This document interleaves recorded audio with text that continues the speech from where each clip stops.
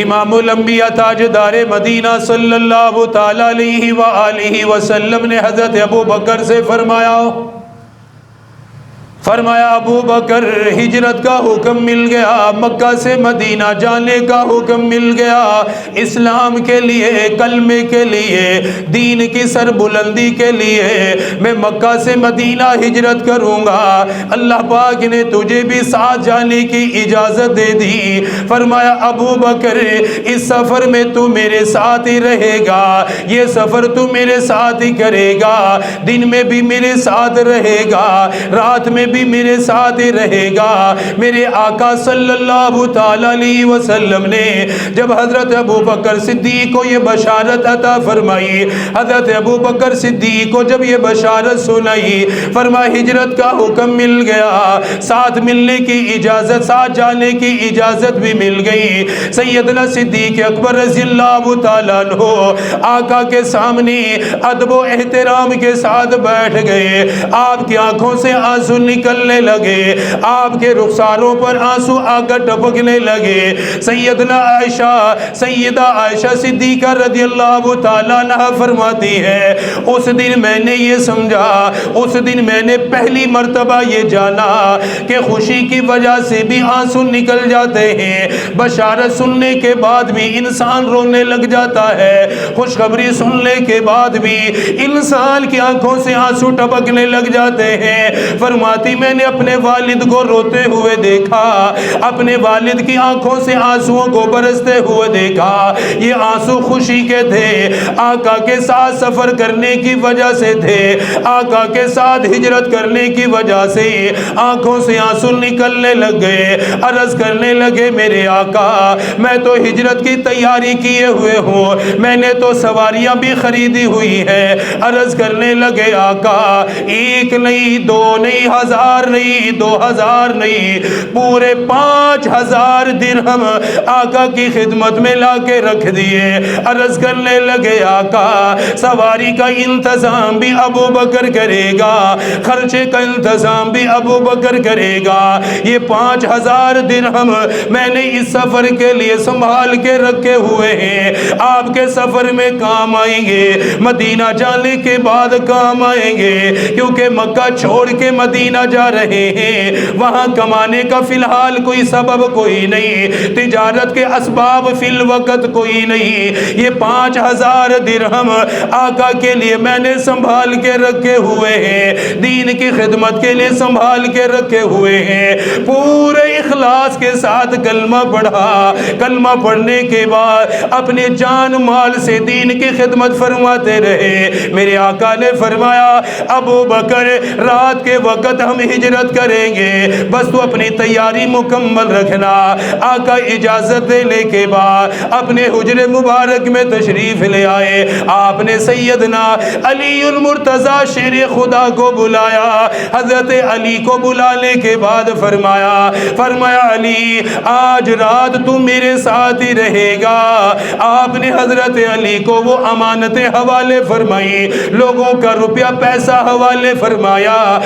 لوگوں نے اپنا مال و دولت جو میرے پاس رکھوایا ہوا تھا، فرمائی امانتیں ان کو لوٹا کر تو بھی مدینہ واپس آ جانا، تو بھی مکہ چھوڑ کے مدینے چلے آنا۔ آپ نے امانتیں ان کے حوالے فرمائی، ادھر سے کافروں نے آپ کے گھر کا محاصرہ کیا،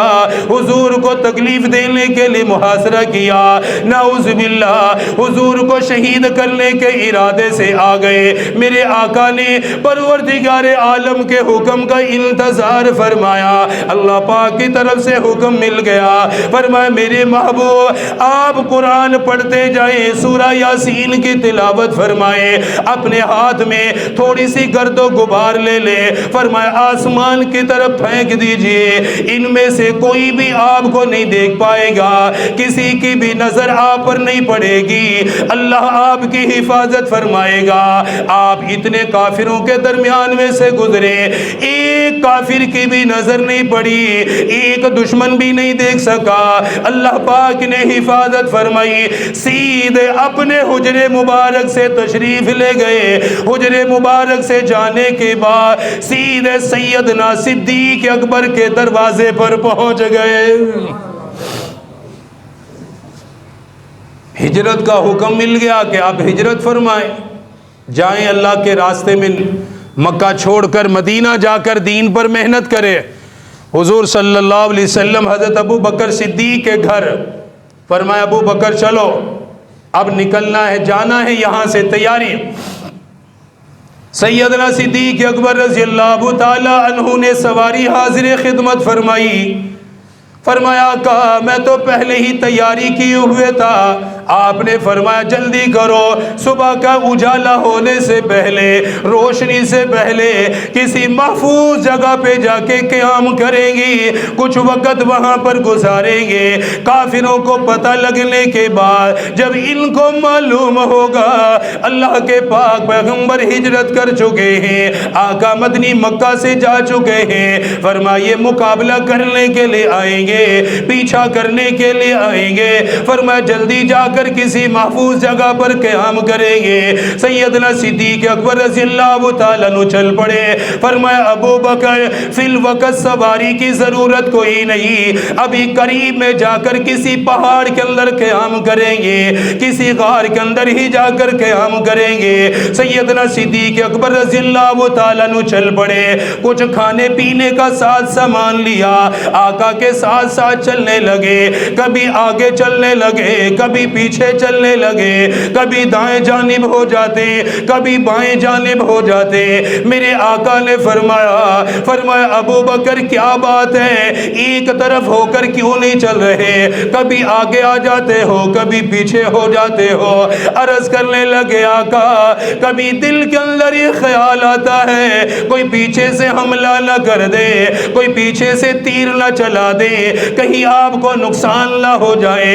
اس لیے آپ کے پیچھے چلنے لگ جاتا ہو کہ آپ پر کوئی حملہ کرے، سب سے پہلے صدیق اکبر پہ حملہ ہو، آپ تک کسی کا حملہ نہ پہنچے۔ جب سامنے سے کچھ خطرہ لگنے لگتا ہے، فرمایا میں آپ کے سامنے آ جاتا ہوں۔ آپ نے فرمایا ابو بکر گھبرانے کی ضرورت نہیں، پریشان ہونے کی ضرورت نہیں، میرا رب میری حفاظت کر رہا ہے، ہمارا رب ہماری حفاظت کر رہا ہے، تو اطمینان کے ساتھ چلتا رہے۔ 3 میل کا سفر کرنے کے بعد غار ثور کی طرف بڑھنے کا ارادہ فرمایا ابو بکر اس غار ثور کے اندر رہیں گے۔ غار ثور کی بلندی، غار ثور کی اونچائی تقریباً 700 میٹر کی بلندی ہے، 700 میٹر کی چڑھائی ہے، چڑھنا آسان نہیں، اوپر چڑھنا مشکل بہت زیادہ ہے، اتنا آسان معاملہ کوئی نہیں۔ 3 میل پیدل سفر کرنے کے بعد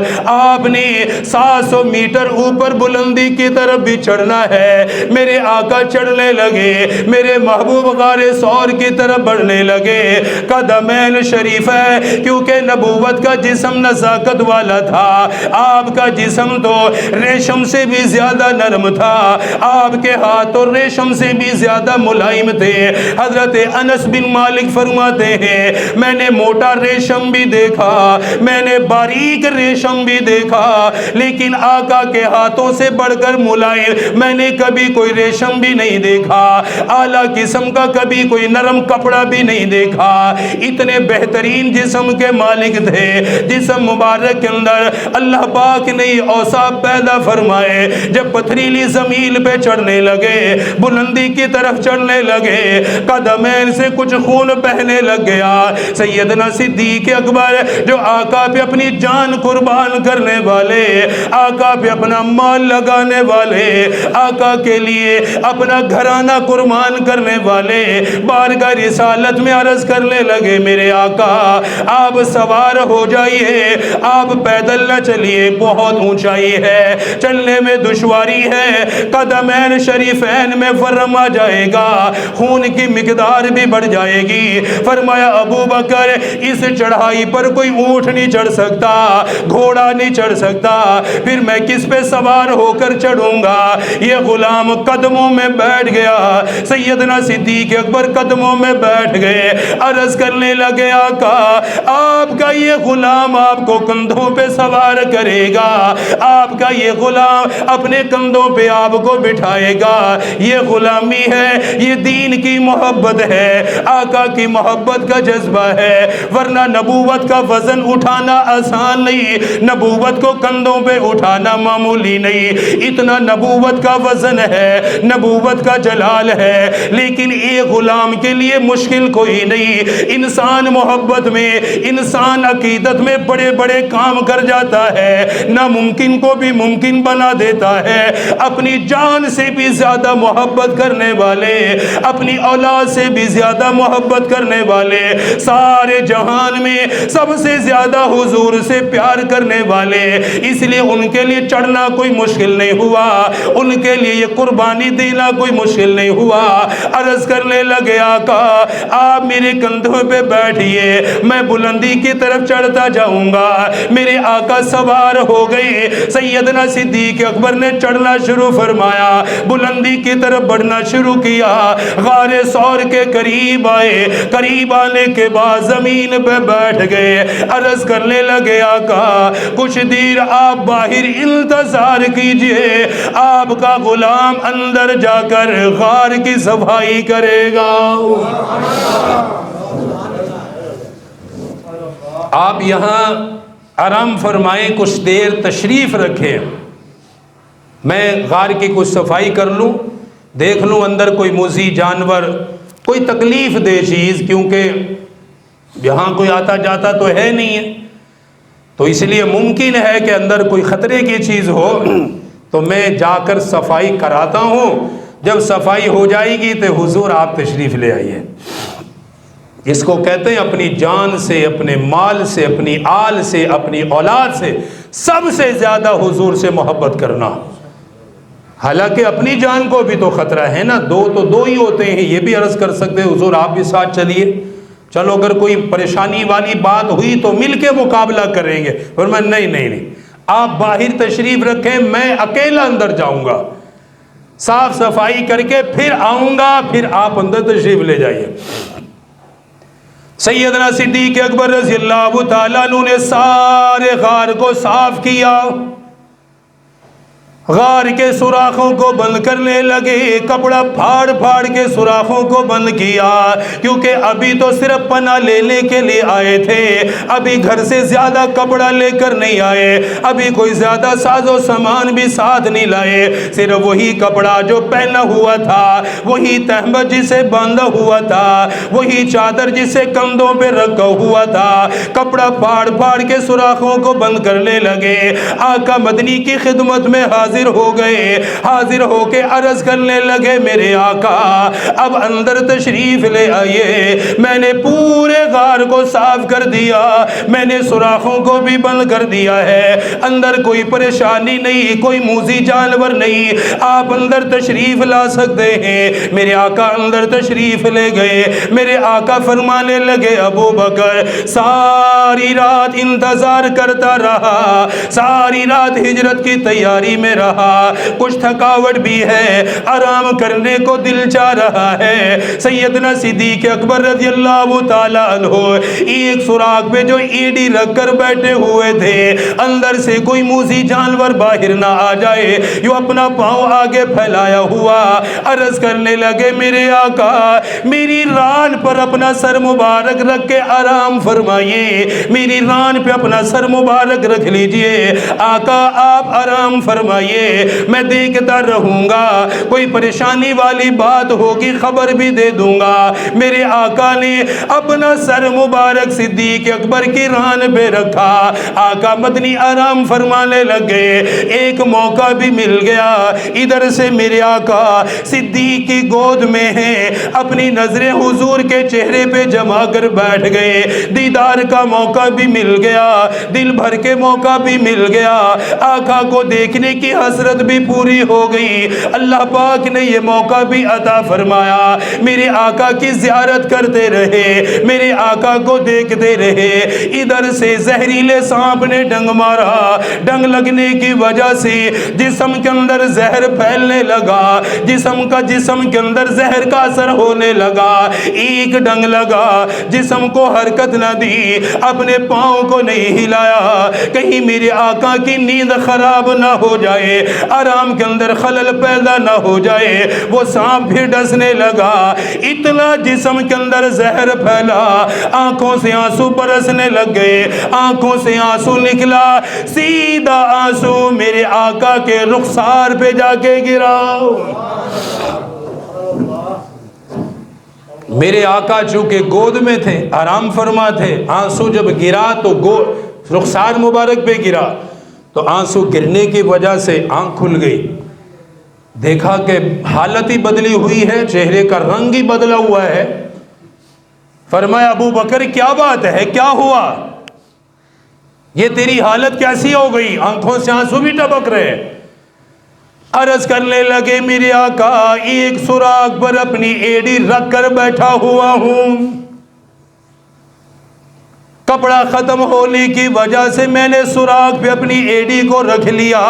تاکہ کوئی اندر سے جانور نکل کے آپ کو نقصان نہ پہنچائے۔ میرے آقا اندر سے کوئی زہریلا جانور ڈس رہا ہے جس کا زہر جسم کے اندر سرایت کر گیا، جسم کے اندر زہر اتر چکا ہے۔ میرے آقا نے فرمایا ابو بکر مجھے بیدار کیوں نہیں کیا، مجھے اٹھایا کیوں نہیں، اتنی تکلیف برداشت کرتا رہا، اتنی پریشانی برداشت کرتا رہا، اپنے پاؤں کو نہیں ہلایا، اپنے جسم کو حرکت نہ دی۔ ہمیں تو نماز کے اندر ایک مکھی آ کر بیٹھ جائے سارا جسم ہلنے لگ جائے گا، ایک مچھر ہماری ساری نماز میں خلل پیدا کر دے گا۔ ہمارے ایمان کی حالت یہ ہے، ہمارے ایمان کی طاقت یہ ہے۔ ادھر صدیق اکبر کا ایمان ہے، ابو بکر صدیق کی ایمانی غیرت ہے، جسم کے اندر زہر پھیلا ہوا ہے، زہر سارے جسم میں سرایت کر گیا، لیکن میرے آقا کی نیند میں خلل نہیں ڈالا، میرے آقا کے آرام میں خلل نہیں ڈالا۔ عرض کرنے لگے آقا ایک طرف میری زندگی ہے، دوسری طرف آپ کا آرام ہے، دوسری طرف آپ کی نیند ہے، ابو بکر اپنی زندگی آپ کی نیند پہ قربان کر سکتا ہے۔ آپ کی جان، عزت و ناموس تو بہت بڑی بات ہے، ابو بکر تو آپ کی نیند پوری کروانے کے لیے بھی اپنی جان دے سکتا ہے۔ فرمایا ایڑی قریب کرو، قریب کی، میرے آقا نے لعاب دہن لگایا، اللہ نے سارا زہر ختم فرما دیا، کیونکہ میرے محبوب کی حفاظت کر رہے تھے، میرے محبوب کی خدمت میں تھے،